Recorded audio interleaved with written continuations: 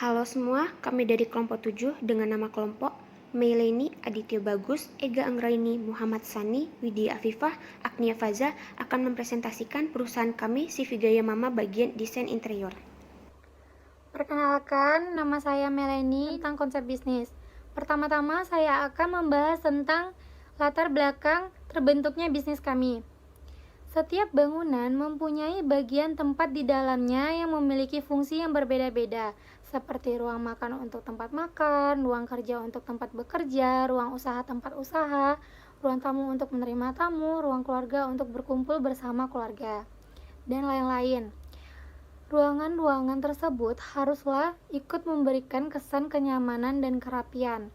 Karena itu, desain interior adalah usaha yang tepat guna memperindah dan mendapatkan suasana nyaman pada suatu ruangan.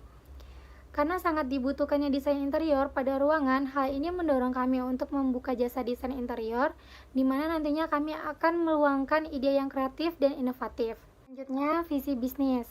Menjadikan CV Gaya Mama Interior sebagai perusahaan jasa interior dan furniture yang semakin baik, maju, dan bisa dipercaya serta selalu menjadi pilihan konsumen melalui keunggulan kami dalam kualitas produk dan pelayanan terbaik pada konsumen. Misi bisnis. Misi bisnis kami adalah selalu memberikan solusi segala permasalahan konsumen pada bidang jasa, konsultan, furniture, interior, desain yang bermutu dan berkualitas tinggi karena kita lakukan secara efektif dan efisien melalui kapabilitas dan komitmen sumber daya tenaga kerja kami. Bentuk hukum dari CV Gaya Mama adalah berbentuk CV, belum memiliki badan hukum. Dokumen yang harus diurus adalah akta notaris, surat keterangan domisili perusahaan, NPWP, nomor pokok wajib pajak, pengesahan atau legalisir pengadilan sesuai domisili usaha, SIUP, surat izin usaha perdagangan, TDP, tanda daftar perusahaan. Perizinan usaha dan izin lainnya. Izin usaha bidang perancangan untuk desain grafis, desain interior, dan perancangan khusus lainnya, termasuk desain pakaian atau desainer, saat ini cukup dengan menggunakan surat izin usaha perdagangan atau SIUP yang relatif lebih cepat, persyaratannya lebih mudah, dan permohonannya sudah online. Selanjutnya adalah dukungan pemerintah dan masyarakat setempat. Pemerintah telah menerbitkan Undang-Undang Nomor 20 Tahun 2008 tentang UMKM dengan tujuan menumbuhkan dan mengembangkan usaha dalam rangka membangun perekonomian nasional berdasarkan demokrasi ekonomi yang berkeadilan. Di sini saya Aditya Bagus Prakoso. Saya akan menjelaskan tentang aspek lingkungan, sosial, ekonomi, dan politik. Yang pertama, aspek lingkungan. Lingkungan menjadi tempat bisnis yang akan dijalankan oleh CV Gaya Mama harus dianalisa dengan cermat. Karena di sini lingkungan sangat berpengaruh terhadap perkembangan bisnis. Kemudian jenis limbah dan cara pengelolaannya. Yang pertama, jenis limbah cair sebagai contoh sisa pewarna cat dan cara pengelolaannya yaitu dengan cara penyaringan, pengelolaan awal, kemudian pengendapan. Berikutnya jenis limbah padat sebagai contoh tempat sisa pewarna dan plastik dan kardus. Cara pengelolaannya yaitu dengan menimbun secara terbuka, kemudian didaur ulang, dan yang terakhir disaniteri. Aspek berikutnya yaitu aspek sosial. Aspek sosial yang berdampak terhadap masyarakat. Yang pertama, membuka lapangan pekerjaan bagi masyarakat. Yang kedua, mengurangi angka pengangguran. Yang ketiga, mengurangi angka kriminalitas terhadap kondisi sosial. Kondisi sosial yang berdampak kompleks pada pluralistik yang pertama adalah meningkatkan mutu hidup, yang kedua membuka lapangan pekerjaan baru bagi masyarakat. Aspek yang ketiga yaitu aspek ekonomi. Yang pertama manfaat bisnis. Manfaat bisnis yang diperoleh oleh Gaya Mama yaitu memberikan kesempatan kerja bagi masyarakat yang belum mendapatkan pekerjaan, dan yang kedua menggunakan sumber daya lokal. Yang kemudian hambatan perekonomian yang dialami oleh CV Gaya Mama yang pertama besarnya ketimpangan pendapatan karena sasaran kita orang menengah ke atas. Yang terakhir yaitu aspek politik. Aspek politik terbagi menjadi dua, yaitu good news, yaitu kebijakan pemerintah semisal menurunkan bunga bank tersebut menjadi baik karena untuk pengusaha, jika pengusaha ingin meminjam uang dengan kisaran lebih besar, maka untuk mengembangkan usaha tersebut menjadi lebih gampang dalam hal meminjam uang dalam jumlah yang besar. Untuk bad news yaitu kebijakan pemerintah yang menaikkan pajak badan usaha, dikarenakan para pengusaha belum tentu usaha yang dijalankan tersebut berjalan dengan semestinya atau berjalan dengan lancar dan baik. Ega Antra ini akan mempresentasikan aspek pasar dan pemasaran. Yang pertama, analisis potensi pasar ada permintaan. Sasaran yang kami bidik sangatlah luas. Kami membidik masyarakat kalangan menengah ke atas untuk mempercantik tempat tinggal mereka. Kedua, penawaran.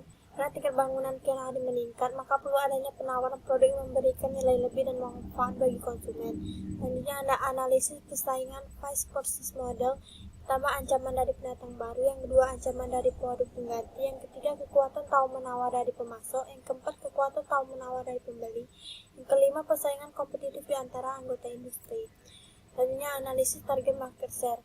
Di sini kami dapat simpulkan bahwa target market share desain interior kami adalah 1,59%. Selanjutnya ada analisis SWOT. Yang pertama, strength.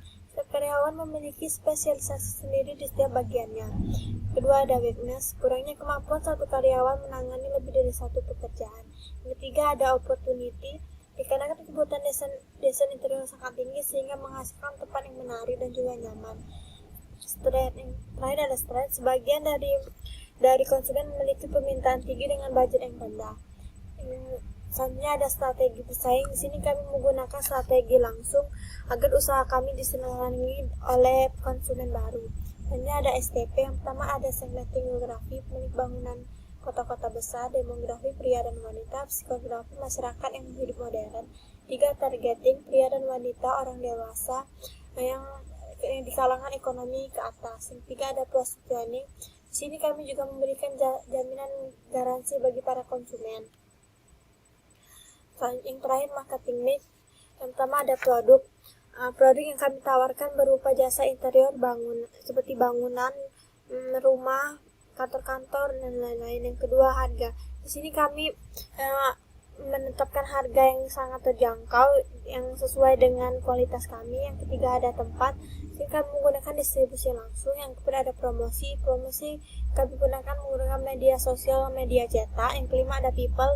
Dan di sini kami adanya customer service untuk melayani konsumen. Yang keenam, proses di mana konsumen harus datang langsung ke kantor kami. Yang ketujuh, physical evidence, adanya web CV Gaya Mama Interior untuk mempermudah pencarian jasa kami. Saya Muhammad Sani Saiful Haq. Di sini saya akan menjelaskan tentang aspek teknis dan teknologi dari CV Gaya Mama. Nah, yang pertama itu ada analisis penjadwalan proyek. Jadi CV Gaya Mama ini membutuhkan waktu sekitar 6 bulan dalam mereka merencanakan bisnis mereka hingga bisnis mereka ini siap untuk dijalankan. Kemudian selanjutnya ada analisis pemilihan lokasi. Jadi kita menggunakan metode pemeringkat faktor, di mana didapat hasil bahwasanya kita memilih kota Yogyakarta sebagai tempat kita melakukan bisnis ini. Nah, selanjutnya itu ada analisis sumber dan ketersediaan bahan baku. Jadi sumber utama CV Gaya Mama ini adalah plywood, kayu, dan HPL. Nah, selanjutnya itu adalah analisis persediaan bahan baku. Jadi kita tidak mempunyai persediaan bahan baku. Kita bekerja sama dengan pihak vendor dan kita mengikuti apa yang diinginkan dari konsumen kita. Selanjutnya itu ada proses produksi, yaitu perencanaan layanan. Nah, bisa dilihat ya dalam slide bagaimana perencanaan layanan CV Gaya Mama. Kemudian ini selanjutnya ada pemetaan waktu dari CV Gaya Mama. Nah, yang selanjutnya ini adalah analisis luas dan kapasitas produksi. Jadi kita CV Gaya Mama ini mempunyai 3 karyawan, di mana masing-masing karyawan ini bisa memproduksi sekitar 3-4 desain. Kemudian untuk vendor kita, mereka bisa mengerjakan sekitar 2 proyek dalam waktu 1-2 minggu. Nah, ini adalah layout tempat usaha kita. Dan yang terakhir, analisis perlengkapan atau teknologi yang digunakan, kita menggunakan komputer editing, kemudian komputer kantor atau komputer data, telepon kantor, dan air conditioning dan dispenser. Mungkin itu saja dari saya. Presentasi akan dilanjutkan oleh Mbak Widi. Baiklah, saya akan melanjutkan. Nama saya Widya Afifah. Saya akan membahas tentang aspek manajemen dan SDM. Di sini ada analisa kebutuhan kerja. Ada 2 metode yang digunakan untuk menentukan kebutuhan tenaga kerja. Yang pertama ada analisis beban kerja. Bertujuan untuk menentukan berapa jumlah pegawai yang dibutuhkan. CV Gaya Mama membutuhkan karyawan yang tidak banyak karena berhubung perusahaan yang dijalankan masih cukup baru, maka CV Gaya Mama hanya membutuhkan vendor untuk bekerja sama dan beberapa karyawan. Yang kedua ada analisis kebutuhan tenaga kerja. Dengan melihat kebutuhan tenaga kerja tergantung sulitnya mengerjakan proyek yang didapat, maka CV Gaya Mama memberikan pembagian jam kerja pada setiap tim agar membutuhkan waktu yang efisien dan efektif. Selanjutnya ada analisis rencana struktur organisasi. Di sini ada struktur organisasinya yang terdiri dari penanggung jawab, manajer, administrasi, proyek, pemasaran, dan desainer. Di sini ada job manager bertanggung jawab pada aktivitas-aktivitas yang terkait dengan perusahaan, mengevaluasi pencapaian target yang diinginkan perusahaan. Dan kedua ada job administrasi, melakukan input atau pemasukan data penjualan, dan membuat laporan rutin mengenai persediaan. Selanjutnya ada job project, yaitu bertanggung jawab pada kelancaran pendistribusian seluruh hasil produksi sesuai jadwal yang telah ditentukan dan mampu menyelesaikan segala tugas yang diberikan oleh atasan dengan baik. Selanjutnya ada job pemasaran, bertanggung jawab dan mampu membina hubungan dengan baik kepada customer dalam memberikan pelayanan jasa konsultan interior properti, dan sebagainya. Ada job designer, mampu memperkirakan waktu yang dibutuhkan untuk menyelesaikan pekerjaan dan mampu mengembangkan prototype desain yang sesuai dengan tujuan klien. Selanjutnya ada job specification. Ini job secara umum ya, yaitu pendidikan minimal S1 semua jurusan, usia maksimal 35 tahun, berpengalaman minimal 1 tahun, bersedia ditempatkan di kota-kota tertentu, dan sebagainya. Selanjutnya ada analisa kemampuan memenuhi tenaga kerja. Yang pertama rekrutmen. CV Gaya Mama melakukan rekrutmen sekelompok kandidat untuk mengisi posisi yang lowong yang berkemampuan dan keterampilannya memenuhi spesifikasi pekerjaan yang dibutuhkan. Yang kedua ada seleksi. CV Gaya Mama mementingkan etika terhadap pada calon karyawan baru yang ingin melamar. Tahapan seleksinya yaitu pertama ada wawancara tenaga kerja. Pengembangan tenaga kerja dan pelatihan bertujuan untuk memperbaiki kinerja tenaga kerja. Adapun cara mengembangkan tenaga kerjanya itu yang pertama melakukan orientasi, pelatihan, dan pendidikan. Selanjutnya ada penilaian kinerja. Evaluasi atau penilaian dari CV Gaya Mama untuk perilaku karyawan atau pegawai meliputi penilaian kesetiaan, kejujuran, kepemimpinan, kerjasama, loyalitas, dan sebagainya. Yang kelima ada kompensasi. CV Gaya Mama memberikan kompensasi gaji jika karyawan sudah mulai bekerja pada perusahaan dan perusahaan akan memberikan kompensasi tunjangan jika karyawan sudah berhenti dari pekerjaan setelah waktu yang ditetapkan perusahaan.